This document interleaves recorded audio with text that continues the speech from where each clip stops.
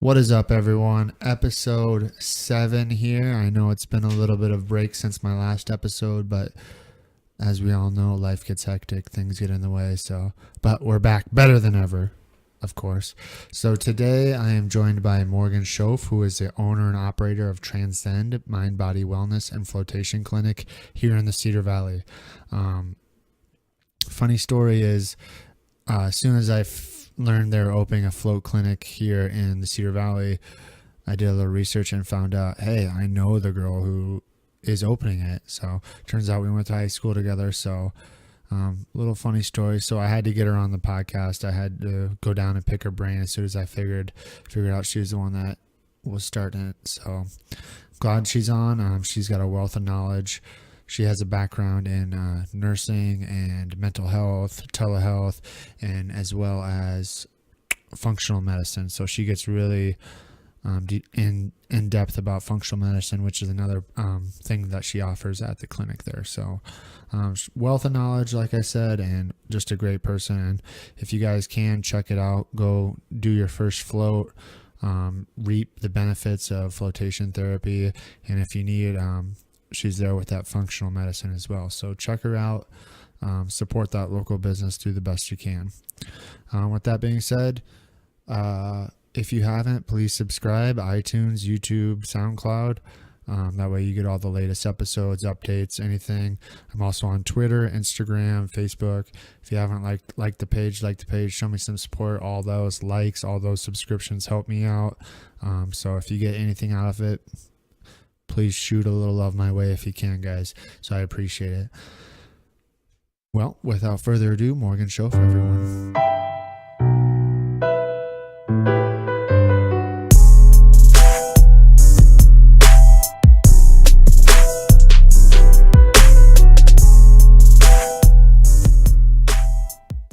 All right, we're with Morgan Schoof here, owner and operator of Transcend Mind, Body Wellness and Floatation Clinic. How are you today? I'm good. Thanks for having me. So you got a little warm up. I've been trying to get you on this podcast for a while. We've just been busy and conflicting schedules, but you actually had a little interview yesterday or the day before with KWWO. Yes. You want to talk about that really quick? Yeah. That's interesting. Yeah, it was yesterday, and good thing to have, kind of having those people come to talk, but definitely kind of hard to find the time to reserve it. You know, you got to clear out the float room. Right. But yet, good problem, we're pretty booked. So yeah, take some planning. But yeah, they did a story. They just had a guy float, kind of demonstrate what it's about. Right. And I had to do a Facebook Live, which they sprung on me right then. And I was like, I don't know if I could do this, but then she just opened her phone and started doing it. So I think it was probably better. So they get a hold of you or someone? Yeah. So I have this guy that floats quite often. He had a back injury and he happened to know one of the anchors or whoever at KWWL, and they are always looking. For apparently stories. I didn't know they had to find their own stories. Okay. So she contacted me, and it's good press for you. Yeah. So that aired totally good. Last night? Yep. Yeah. Right on. So now it's on there. They shared it on Facebook, how, you scroll past and see all these articles. That's how you know you're official, is when you get on the local news. So so for people that don't know what float therapy is, can you just talk about it? And you can get it as much detail as you want, and kind of even really sell your clinic there. Okay. And tell people what it is. Yeah. And I'll keep asking questions. So float therapy has been around a really long time. It's just one of those things that Iowa just kind of took forever to catch on to, kind of like along with everything. A lot of things. Yeah. People used to do it, or probably still do it, in Salt Lake in Utah, and then the Dead Sea. So it's very similar to that type of thing. Okay. But what it is it's just a tank that's kind of like a big bathtub that's enclosed, and it's 10.5 inches deep of body temperature water, 1,200 pounds of Epsom salt. And when you're in there, you can control the lights and the music, but the whole purpose of it is to be in that sensory deprivation. Right. Yeah. So we got this big tank because a common complaint is that people feel claustrophobic in the kind of traditional Right. float pods or whatever you want to call them. This one is pretty big. It's 8 feet long, 8 feet tall, and 4 feet wide. Okay, wow. So really big, and it has so far appealed to everyone since you don't feel claustrophobic. Right. You can control the lights and the music, but then the people who automatically know they want to kind of reach that sensory deprivation and really get all of the benefits can shut everything off. So when you say sensory deprivation, can you just talk about that for people that don't really know what it is? And Yes. like maybe what the benefits are, or Yeah. what people potentially could feel with that sensory deprivation? Yeah. Because I don't think we get there very often. Yeah, definitely not. It's very unlike anything I've experienced outside of the tank. So with the combination of the water and the high concentration of Epsom salt, that's what makes you float without any effort. Like, Right. You're just like a cork in the... yes. Right. Yep. It's so bizarre. You can sit on the bottom of the tank, but then the second you go to lay back, you pop up. Right. So that creates the weightless feeling. And the goal is to take away all of your senses. So take away your sight, your sound, and just be in with your mind. So you have this weightless experience where you feel like you're floating. And then if you shut the lights off, you literally can't see Right. a thing. Pitch black. Yes. Then you can't hear anything. Right. And I mean, you can hear your heartbeat, I guess, Right. sometimes, but it's so bizarre. I don't know. Talk about the importance of the water being body temperature. So Or what's the theory? Or so that's to help create that floating like experience, more so I would say floating more in space type of feeling than in water, because Right. you know how if you're in a pool, if it's not that warm, Yeah. sure you can float there, but you're feel the noticing water, the yeah. water. Yeah. so it's just So- it's trying to get your body temperature and the water the same temperature, so that way you don't even know you're in water, Exactly. And which is psychedelic kind of. totally. And I know my cousin describes it as a naked astronaut, and I'd Right. say it's pretty accurate to how you feel. That's pretty good. But so yeah, the combination of this sensory deprivation with floating in Epsom salt, which gives you magnesium, is really where all of the benefits come from. Really good for detox, really good for getting the lactic acid out of your muscles. Like I said, we have a lot of people who do it for pain. And so Right. far, I've seen benefit for chronic pain, acute pain, nerve pain, migraines, headaches, Right. that type of stuff. And then really good for anxiety, depression. And then it's just so relaxing. It's one of those things that really anyone could benefit from in Right. some way. I feel like I've done it, but it's been a couple of years, and it's hard to describe what it's like when you do it, because for my personal experience, when I did, I was in like a smaller tube and it was pitch black, and then I don't remember if I fell asleep or not. I couldn't remember what time it was, and like I didn't know if I was bored. I didn't know, like I kind of just lost track of everything, and then all of a sudden I heard some soft music, and I was done. And then So- you're done. Yeah. but it felt like an eternity in there. And then like afterwards, I just felt like so relaxed, and I wanted to take a nap, even though we were in Des Moines and we had to drive home. So. Oh yeah, shoot. That's kind of what happened with me the first time too. I was just in Cedar Rapids, but it was on the northern, or I don't know where it was in Cedar Rapids, but it was like a 45-minute drive home Right. back to Iowa City. And I was like, I didn't plan this out the best. I'm so relaxed, and I don't want to have to drive that Cedar Rapids, Iowa City. But that's nice when dizziness. you're driving and you're relaxed, because if someone like cuts you off, you're just like, go ahead. Yeah, like no ahead. big deal. I'm not going to speed the way home. Yeah. So yeah, that's cool. So I did a little research on magnesium, and I got this book called Sleep Smarter. Have you ever heard of it? I have or read it? not. You should definitely read it. So one of the things they talk about with magnesium is that it helps balance your blood sugar. It's a natural anti-stress mineral. It optimizes circulation and blood pressure. Like you said, relaxes the muscles, reduces pain, and calms the nervous system. And they kind of this book is all about like sleeping smarter. What each chapter is broken up into, this section. So this chapter is all about magnesium.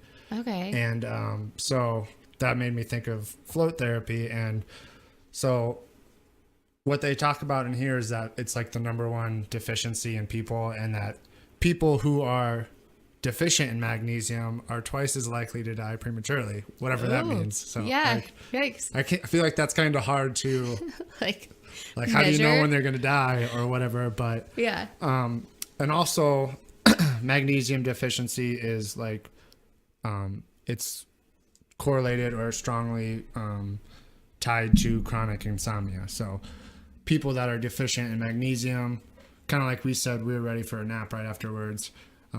So if you're thinking about, if you're having trouble sleeping, maybe start with some magnesium supplementation. And this is the next big thing that they talk about in this book is you can get your magnesium from your food and everything like that, but you have to eat a lot of food, and I'm not even sure which food it is. Right. But they talk about pills and stuff like that too. But the best application is transdermally, which is through your skin. So that's one of the benefits from float therapy as well.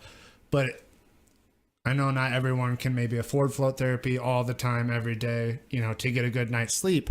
But they do make magnesium oil supplements that you can buy at your health food store or your health market or that. And this is just for people that want to know more about it. For but sure. So if you get that magnesium oil, for me, it kind of it irritates my skin a little bit, but they say the best places to put it on is either sore muscles. So if you got, after working out, or at night, you want to put it on the center of your chest, because then it gets absorbed to your heart faster and then throughout your body faster. So as well as the neck and shoulders for like tension, because that's where we carry a lot of that tension. Yeah. So that's just some cool magnesium knowledge for all those people. But it ties in with float therapy, because when you're in the float tank, you're in 800 pounds of water with Epsom salt in it. So your skin's just absorbing that. So I feel like really you're getting the benefits of that sensory deprivation as well as all those magnesium benefits. So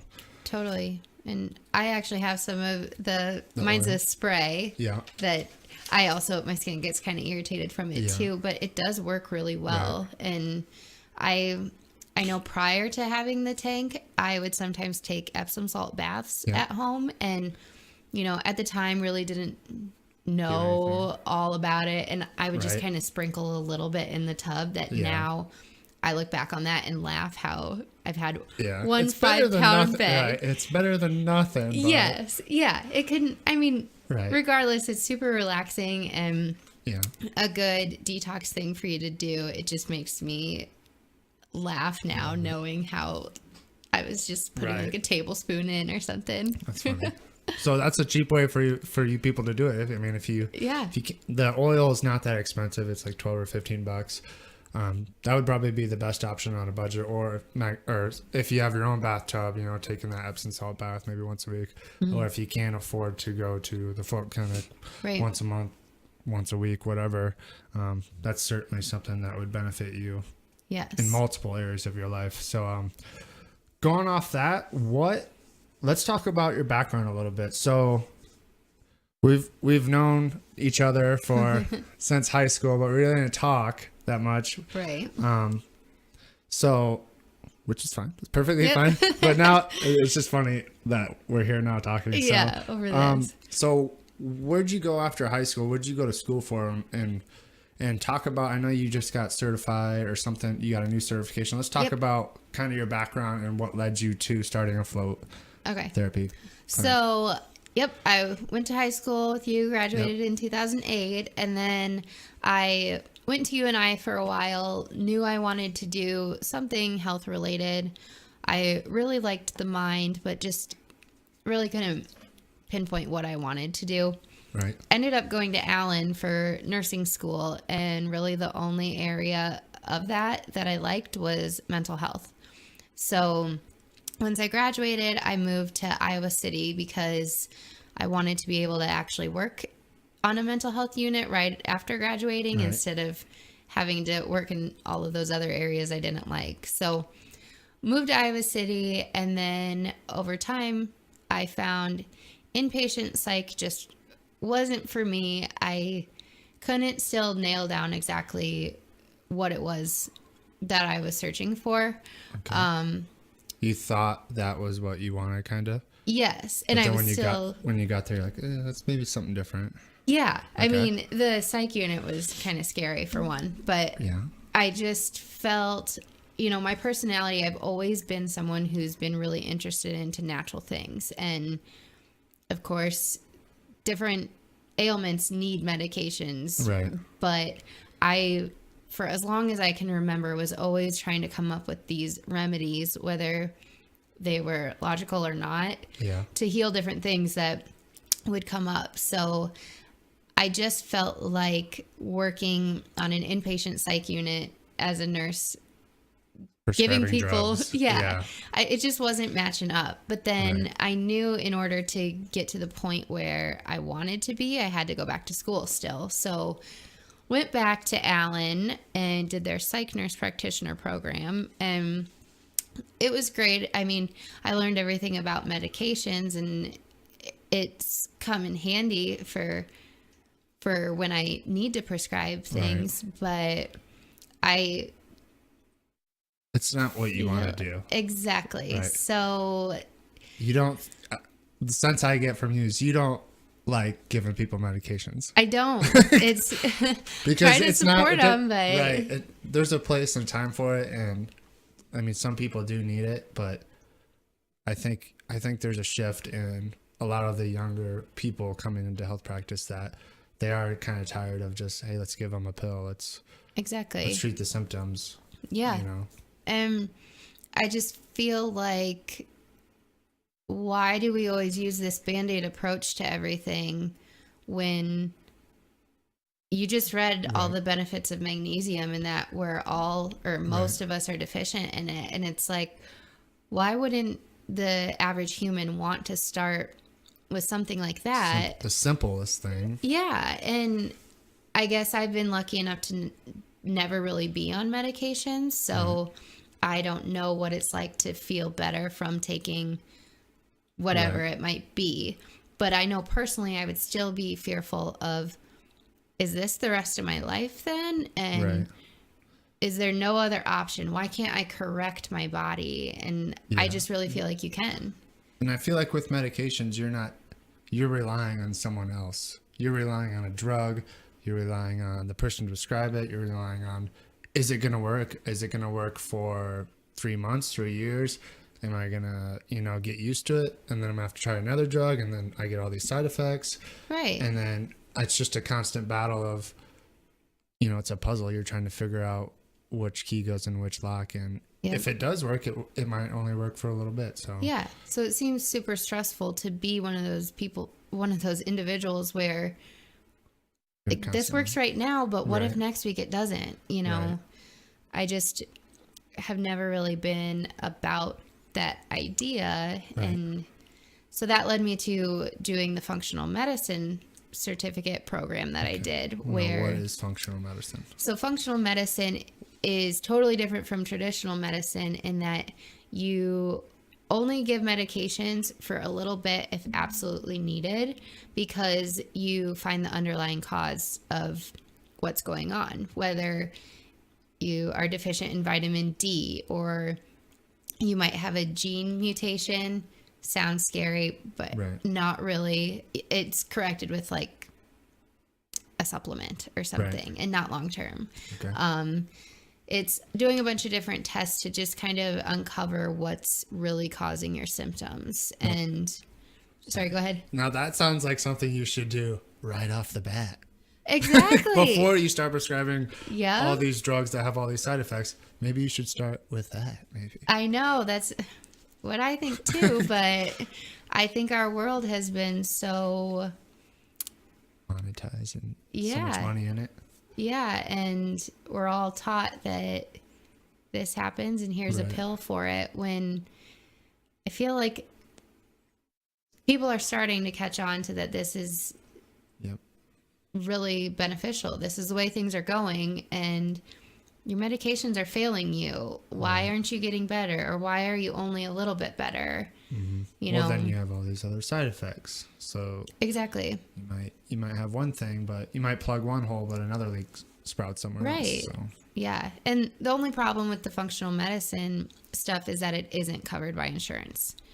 Right. But I mean, think how long it took for chiropractic care to be covered by Right. insurance. So I think it's one of those things that maybe they don't want to get covered because it works. And then people don't need the prescriptions. Yeah. In functional medicine, you see someone, you get to the bottom of the problem, and then eventually they don't need you anymore. Versus The goal is for them to not need you. Exactly. So that's not really what our world is used to. That's what we say in OT is like, we want to make you as independent as you can, so we don't need you. We like having you, but we don't want you to be here because we want you to be out doing what you want to do. Exactly. And truly make people better. So functional medicine. So it's a certificate? Yep. Okay. So it was an online program, and there's currently not any like full out degrees that you can get in it. So you don't have to do a certificate program. If you're able to prescribe medications or order tests, then you could just do like read on different things, and then as long as you're comfortable with it, order different things. But so it's using a lot of your critical reasoning skills that you've learned in school, plus with what kind of the non-traditional approaches, you're incorporating that into it. Yeah. Oh. And there's still, like you said, how people just take a pill and they're relying on someone else to make them better. There is still that huge piece of you that like you have to be accountable, motivated. You have to want the change. And I mean, typically functional medicine results will food sensitivity, for example.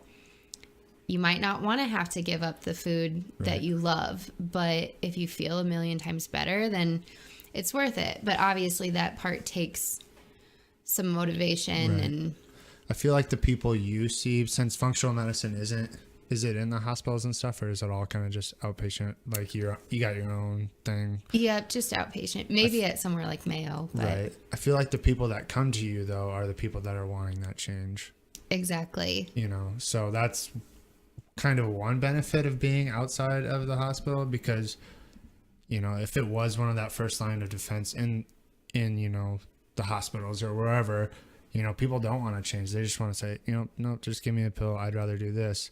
Yep. But so the good thing for you, at least, and the bright side of it, is the people coming to you are the people that want to change, and and you can help them with that. Yeah, you kind of already have that. They have the motivated person. Inside. Yeah. So if someone comes to you, like, give me an example of who would come to you. Like, so I have. Sorry, go ahead. No, like just like if I have pain, or like give me an example of something and what you would kind of do with them. So I have a lot of people who come to me for anxiety. I've either been anxious forever and I've tried everything and it just doesn't work, or, you know, kind of anxiety, depression go together a lot. Right. Or it worked for a while and then it stopped working. Or I'll also have people who I was never anxious and then suddenly something happened and I'm really anxious and I can't get to the bottom of it. So although I could do functional medicine testing for anyone, I'm most comfortable with the psych related type stuff. Right. Any person could come and do food sensitivity testing, and it might eventually lead to them getting off their blood pressure medication. I just wouldn't monitor that. I would want them to go back to their primary doctor for that. But so then what they do is I send them a huge packet of information that they have to fill out. Kind of some weird history questions, but it's all very relevant and talks about like what types of products do you use at home? Have you had exposure to this, and this? Right. Were you a C-section baby? Were you bottle fed, breastfed? Goes pretty deep. It goes deep. So Right. it's not what you're used to filling out, but then I have them send that back to me or give it to me, and then I can put everything together and kind of look at the symptoms, see based on the training what I think is probably the underlying cause or where we Right. should start. And oftentimes it is a food sensitivity test or an elimination diet. If you're tight on money, elimination diets are hard, but Right. What do you mean elimination diet? so I don't know if you've heard of like Whole30 before. We Pretty start from much. scratch, pretty much. Yeah, pretty much that. And I know it's extremely difficult. It takes a lot of planning and meal prep, and you feel honestly kind of deprived of Right. what you normally eat because Can you just talk just like one briefly like about what you would start out with like on an elimination diet? Like yeah. you just start with water or Yeah. Okay. So typically an elimination diet, you would want to get rid of foods that are tied to inflammation. okay. Because the idea behind it is that your gut is your second brain, and all of your neurotransmitters that help you be happy, you know, keep you calm and everything Yeah. come from your gut. Most of them, I guess. So, you know, if you don't have a healthy gut, then how can you produce all of those neurotransmitters? Right.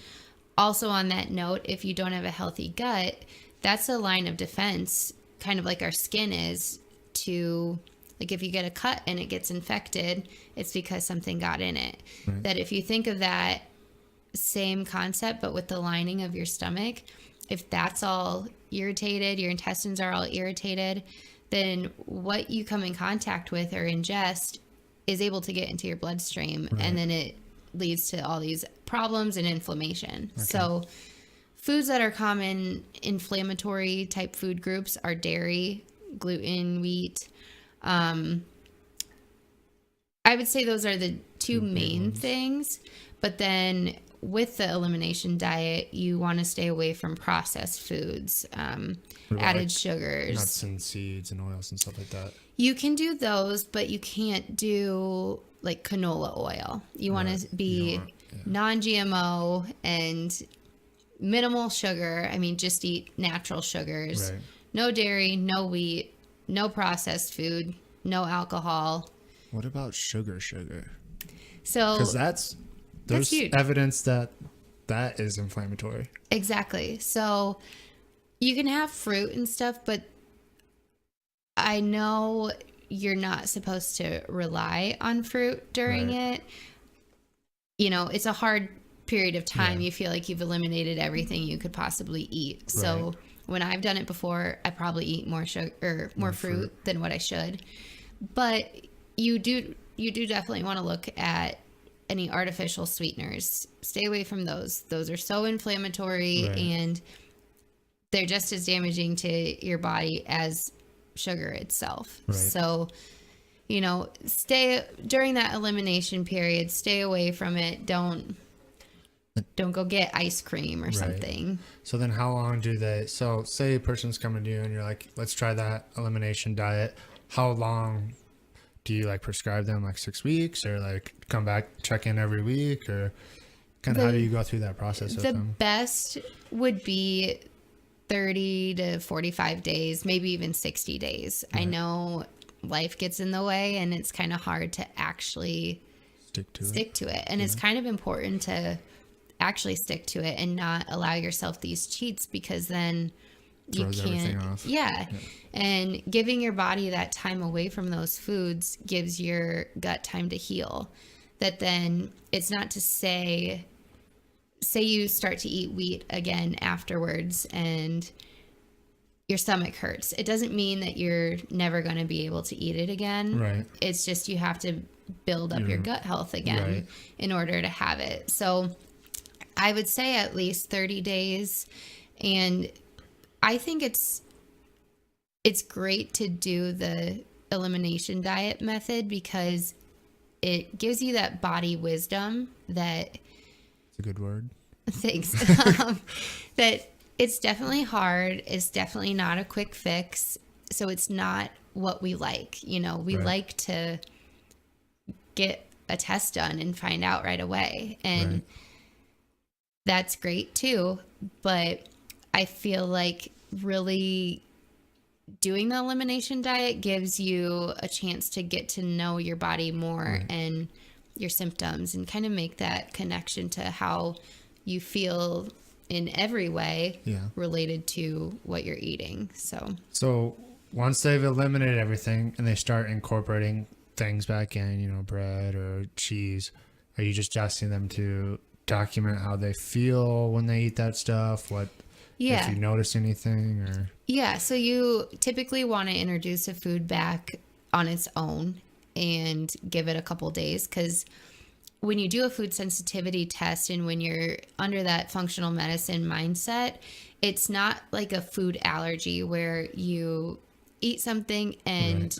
Allergic reaction. you're full out, Right. yeah, allergic. So the inflammation that you get from it is actually kind of delayed. It could be you eat a piece of cheese today and in wake 2 or up 3 with- days, then you have a headache. Right. I mean, it could be tomorrow too. Right. But it's those insidious symptoms that you don't always make the connection to what you ate, because Yeah. it could be anything, Right. So that's why you want to do the one food at a time, and then you can really get to see how you respond to that. It can take a couple times to notice, but I Right. feel like as far as the mental health aspect, just eliminating all of that makes you feel so much better. I've had several people tell me that, but then you still have to find out, well, what was it that I eliminated Yeah. that makes me feel so much better? So it Yeah. does take time, guess and check, but Right. So you kind of just talked about it, but like with mental health and with depression and anxiety, what have you seen that has been, I mean, we'll stick to diet or any other thing. What has been the biggest things that have not caused it, but you've seen in practice or whatever that could be contributing to increased levels of depression or anxiety in people that maybe you've seen and then you've corrected, or people, themes or anything like yeah. that? So I would say wheat and dairy are two, or gluten, I guess, are two big ones that you find in mental health, that these people might not feel like their stomach hurts or have those symptoms that you think you should have. Right. But that's a huge one.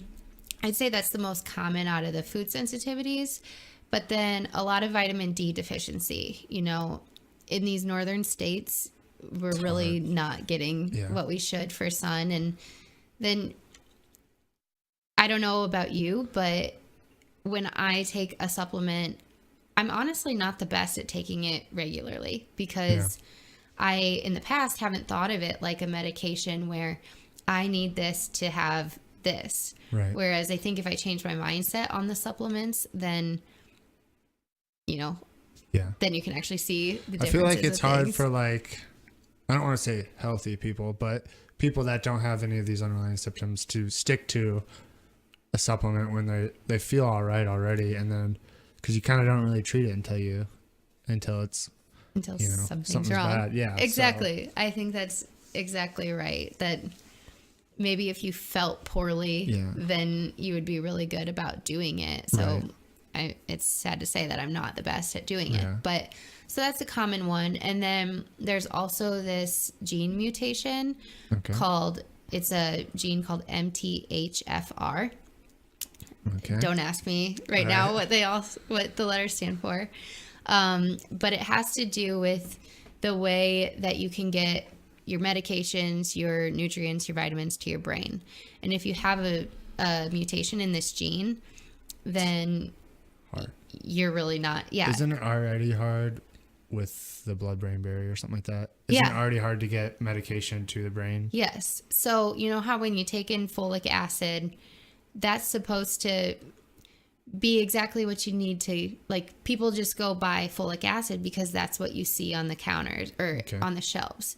Well, if you have this gene mutation, then it means that your folic acid is not converting to L-methylfolate on its own.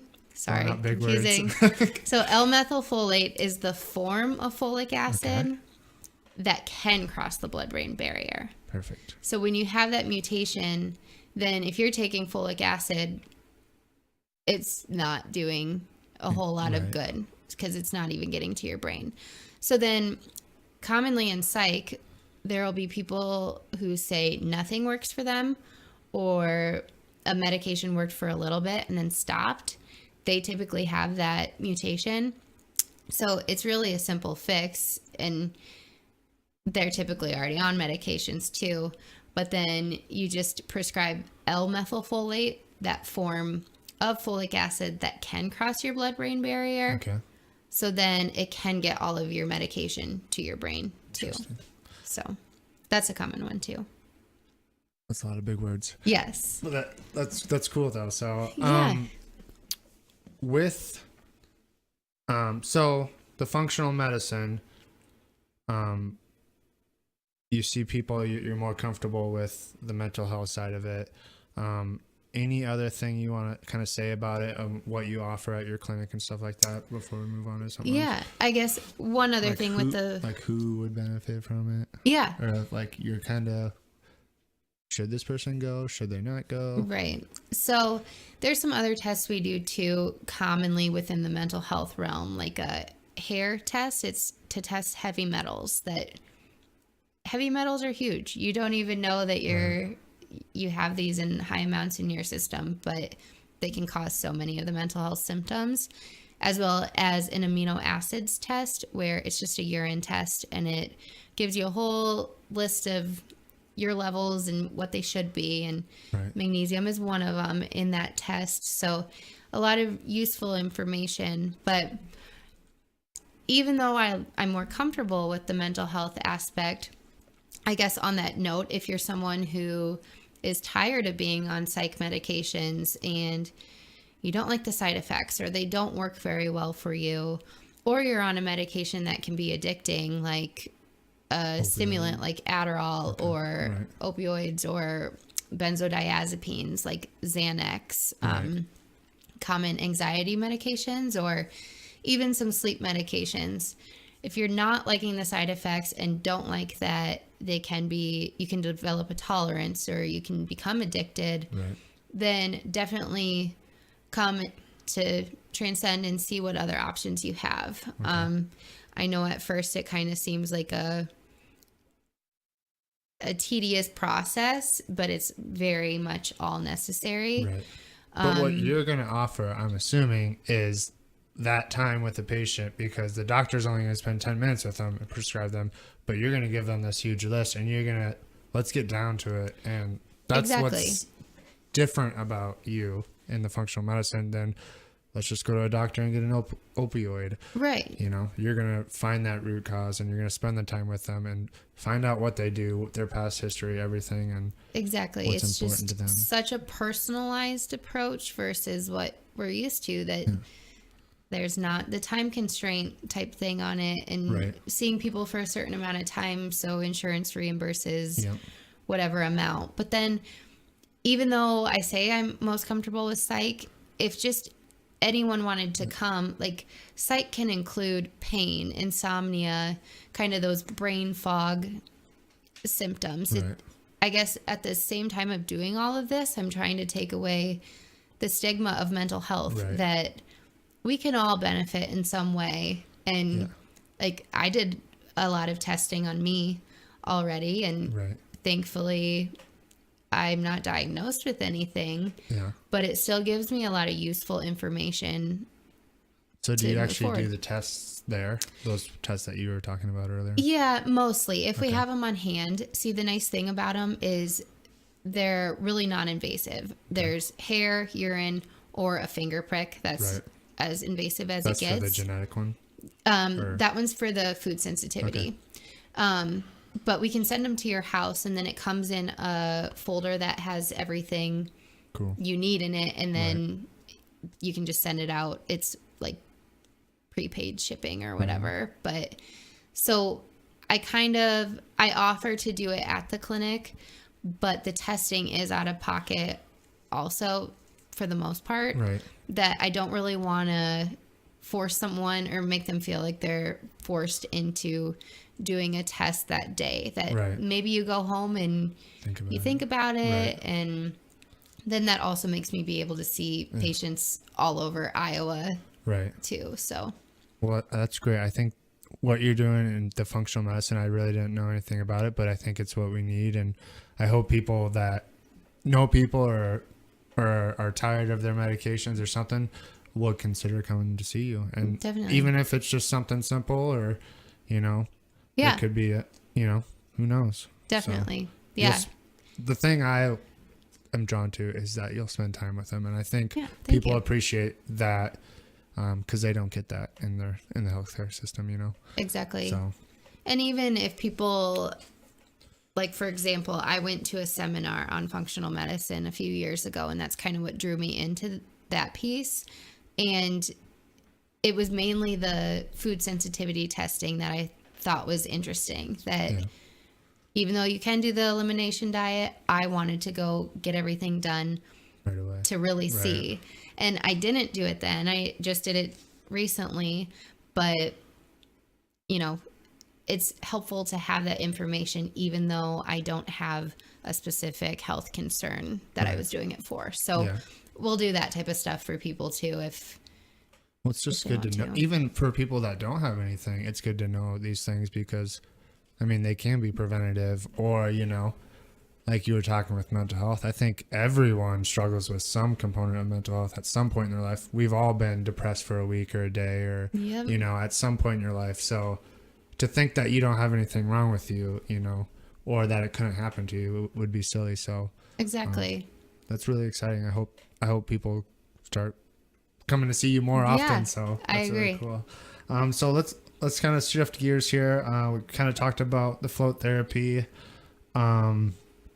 So any other services do you offer there at Transcend? So in the next couple months, we'll offer health and life coaching. So that will kind of take that'll incorporate more health issues instead of just the mental health type stuff. So I hope once we incorporate that, then that will help continue to break the stigma, because I by no means want anyone to feel uncomfortable coming into the clinic thinking, oh, I don't want to mental health clinic. Yeah, exactly.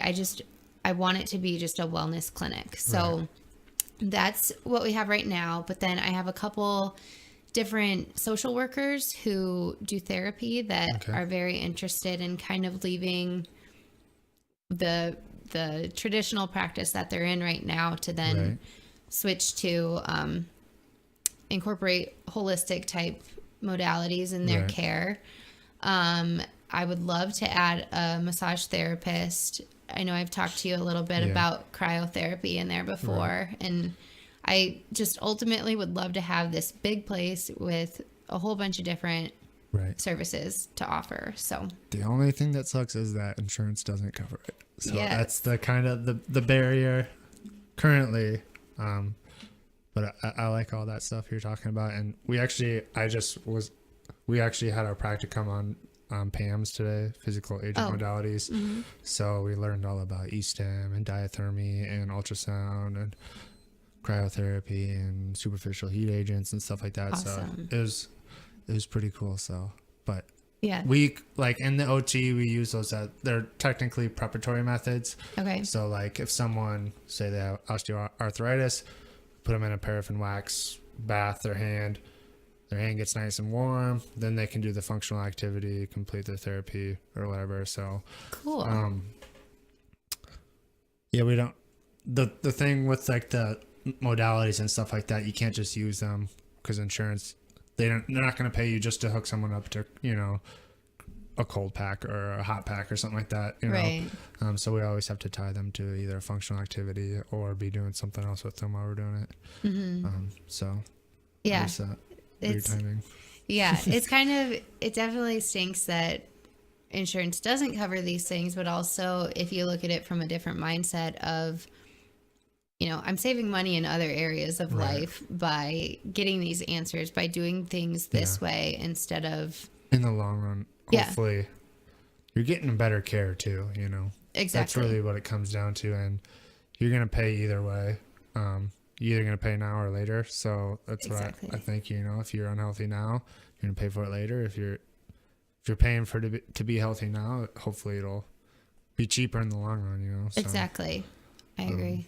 So do OTs ever practice off on their own, or is that pretty much only... They can. So we OTs can kind of make up their own job really if they want to, and kind of like going along with the mental health thing.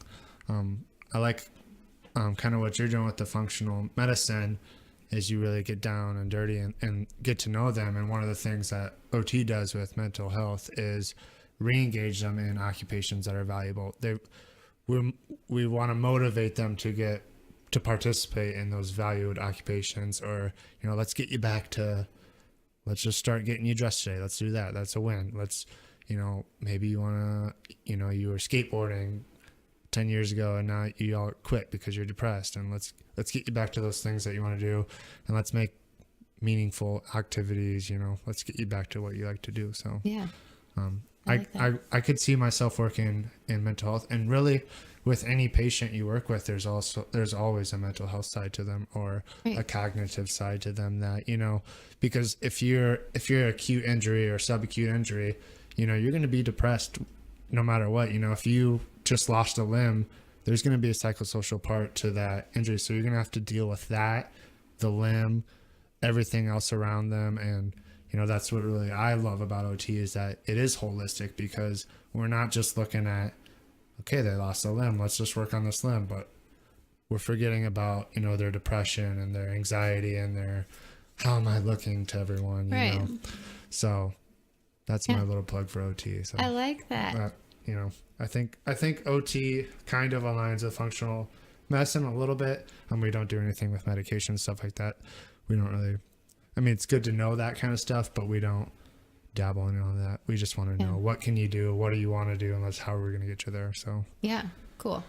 I guess lastly, let's talk about how the heck did you start your business and like from nothing to where you are now? Like, is it scary? Was it scary? Like, was it, are you like, oh, I have to write this huge check that? Yeah, it was scary.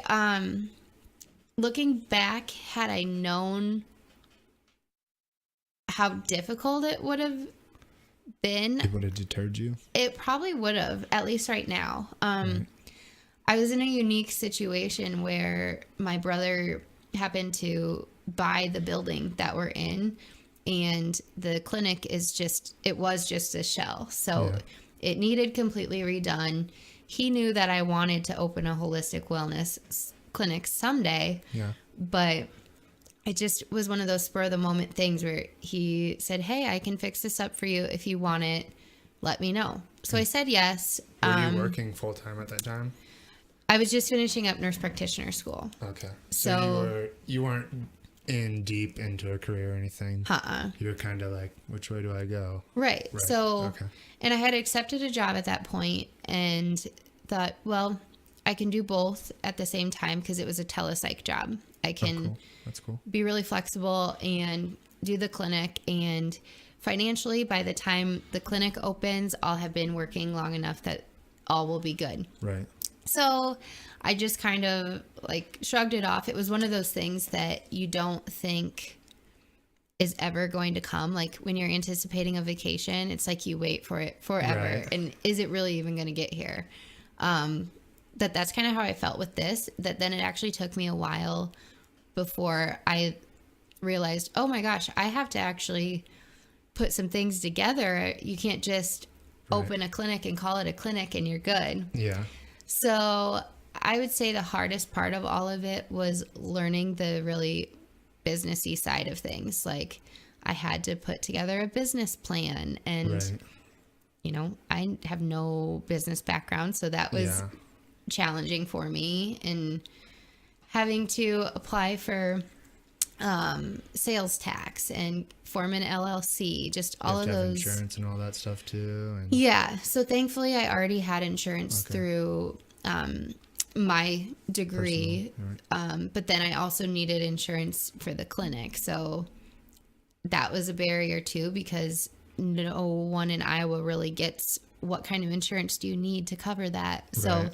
it took some looking around and stuff. But in the end, it's all gone a lot better than I thought it would. And Right. it's kind of nice to, I can't really rely on anyone else. It's all the problems are mine, which can be stressful, but yet no one else is my problem, if that Right. makes sense. Yeah. Like, I get to set my own rules. I get to do Right. things how I want to. And That's what everyone wants. yeah, so I'm like, I think I can take a little of this Right. stress to, Because you're building that. your own baby, you know? yeah, It's yours. It's if you're passionate about it, which you are, I mean, it's not going to feel like too much work. I mean, it's going to be stressful and stuff, but I mean, you obviously have a vision and stuff, and I'm sure it's exciting every day when you're Yeah. working on something and you're like, I'm one step closer to these people coming in and helping me or this Yeah. or that. So exactly. So it's all worth it. And,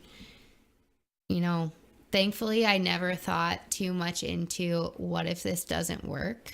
I think I felt okay about it because at least you tried. yeah. And also, I could always fall back on my psych stuff because mental health is so needed. So Right. I felt like even if I can't do things the way I want to necessarily, I still have something to fall back onto. Mm-hmm.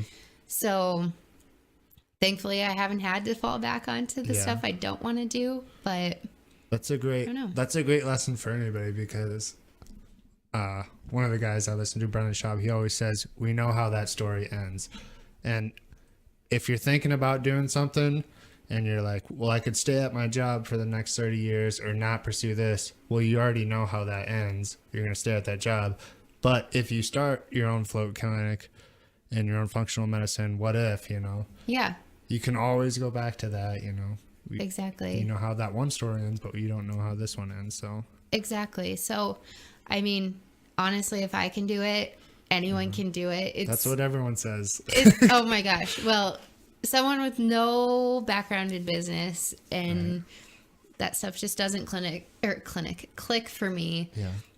Really, everyone can handle it. But I will say my family has Support. a lot of a lot of support from them, but then also they're kind of businessy people, so that Right. was helpful. It answered the question. No So one makes it out alone.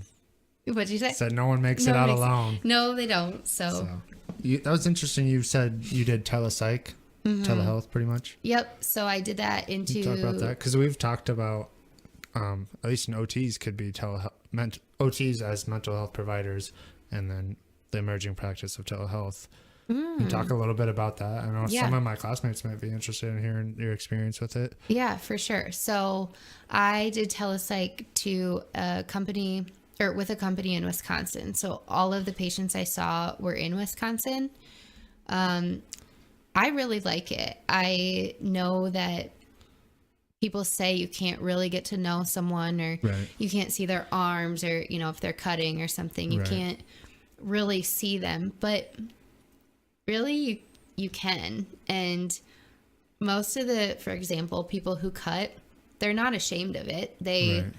They'll show you. So Yeah. there's the physical or like seeing them physically isn't really that big of a deal. Right. And I feel like with technology now, I feel almost like they open up to me more because I'm not Right. in the room Right. and like staring at them. Right. So I really liked That's that. interesting. I never really thought about that because like it would be intimidating with you coming in, but if you're just on a TV screen, I could feel like I'm just talking to a TV and like, Yeah.